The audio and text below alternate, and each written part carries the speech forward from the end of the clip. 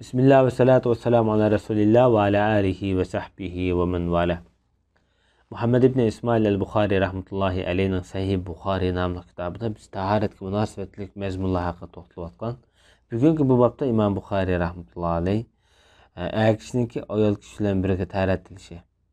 Yani bir teştekке qo'lni tiqib, er ma tarafdan, ayol ma tarafdan taharetasi qanday bo'ladi o mesele.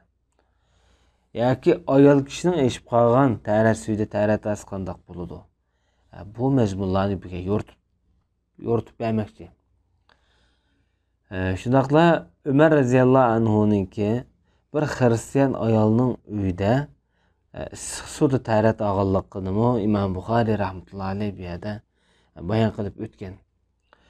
Bu nimani bildirdi degan vaqtida bir g'ayri dindagi bir ayol kishining uydan taharat olganligi bu yerda demak bir musulmon ayollarniki uydan albatta taharatasi bo'ldi degan tushunchani berish orqali va shundaqla shu ayol kishining hamda uyda cho'qim u xristiyanniki suvi o'zi ishlatgan suvmi yoki qanday suv qilinmaydi. Yani bu ishlatgan suv ekanligidan yiroq emas. Masalan bir kupning suvi bo'lsa odatda uni ishiltib ash qilib qolgan, eshib qolgan bo'ladi masalan. Bu ehtimollikmi bu yerda yiroq emas. Ulamolarning nazarida er ayol bir tashdekdan tang taharatlanib qilsa bu durust. Shundaqla hamda ayol kishi er kishining eshib qolgan suvini taharatlasimi bu mutlaq durust. Ammo er kishi ayol kishining eshib qolgan suvida taharat olsa qanday bo'ladi deganda ko'p sondagi ulamolar durust deb qaragan bo'lsa-mu, İmam Ahmed ibn Hanbal'dan Davud-i Zahiri bunu taza durust deb qaramagan bu jihatda. Enver Shah Kashmiri rahmetullahi alayh ayol kishining eshib qolgan suvida taharat elishining cheklanishining sababini sabablab bu odam balkim ayol kishi taharat olgan vaqtida ayol kishiniki mesela qo'l va putlardagi junda yani oqqan suv chiqib ketish ehtimolligi mavjud degan qarash bilan cheklangan bo'lishi mumkin. Shuning uchun buningda ehtiyot qilgan yaxshi deb bu illatni ko'rsatgan. Ham oxirida bu so'zga qo'shimcha qilib bu hadisga hosil kalam er bilan ayollarniki tabiatidagi mijozdagi masala bu. Masalan, erlar yaqtırgan avvalni ayollar yaqtırmasligi mumkin. Ayollar yaqtırgan tarafda erlar yaqtırmasligi mumkin.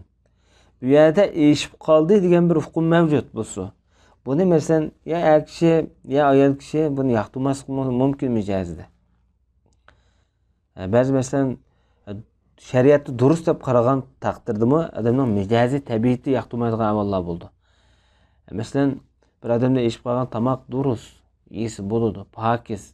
Ammo ba'zi odamlarning mijozi ko'tarmaydi, tabiati ko'tarmaydi.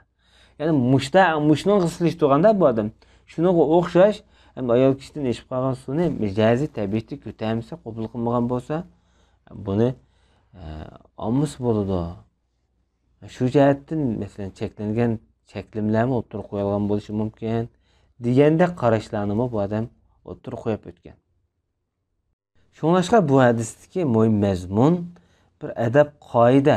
Adamning kallasiga keladigan vahmi andishlardan yiroq turish bu yerdagi maqsad. Vasvasidan yiroq turish ko'ngilda. Ayol kishining eshib qolgan taharat olgandan keyin nurg'un xayollar kelishi mumkin. Nurg'un o'y xayollar bo'lishi mumkin. Shu bu o'y xayoldan yiroq qilish uchun cheklangan deb bu qarashni o'tirib qo'yib o'tgan.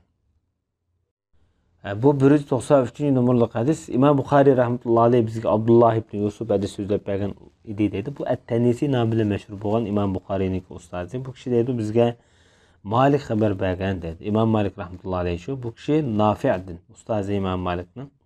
Bu kishi Abdullah ibn Umar roziyallohu anhu dedi. Mana mushu sanad İmam Malik Nafi Abdullah ibn Umardan rivoyat qilgan bo'lsa hadisni. Bu nihoyat kuchli sanad bo'ladi. Ya'ni bular bir-biriga zanjirsimon bağlangan ustozlar bo'lar. Yani Abdullah ibn Umar degenkende erler ve ayollar Peygamberimizin zamanında ortak taharet alat dedi. Oğan tek tek dasta erler ayollar ortak taharet alat dedi. Yaki mesela bu erler ayıp bulup ayollar ağan, yaki ayollar ayıp bulup erler ağan. Ve yaki tanla bir vakitte ağan aletlen buluşu mümkün. Muhim mesele bir yerde yani erden aşkanda, ayoldan aşkan suda bir ortak taharet alat dedi. Yafkumunu bildirdi bu yerde. Demek bu hadislerde biz bildiğin nokta erinin yak ayolunun işbağın suda taharet ası buludu diye hükümünü vermekti. Lekin hem de bir kısım ulamalarının ki nazarda mesela bazı ayollar var sel meynetrek, bazı erler var bular mesela meynetrek. Ayol kişi mesela yani sel meynetrek deb gumani vesveslen qarab qalgan bolsa yoki kişi ayol kişini sel meynetrek pakiz emas degende qarashda gumanni qarab qalgan bolsa o taharat olmasa o'ziniki mijazi o'zining tabiati bu taharat olmasa ish qilgan suv taharat olmagan bolsa mayli o'zining ixtiyori u o'zi uchun bir afzaliyat.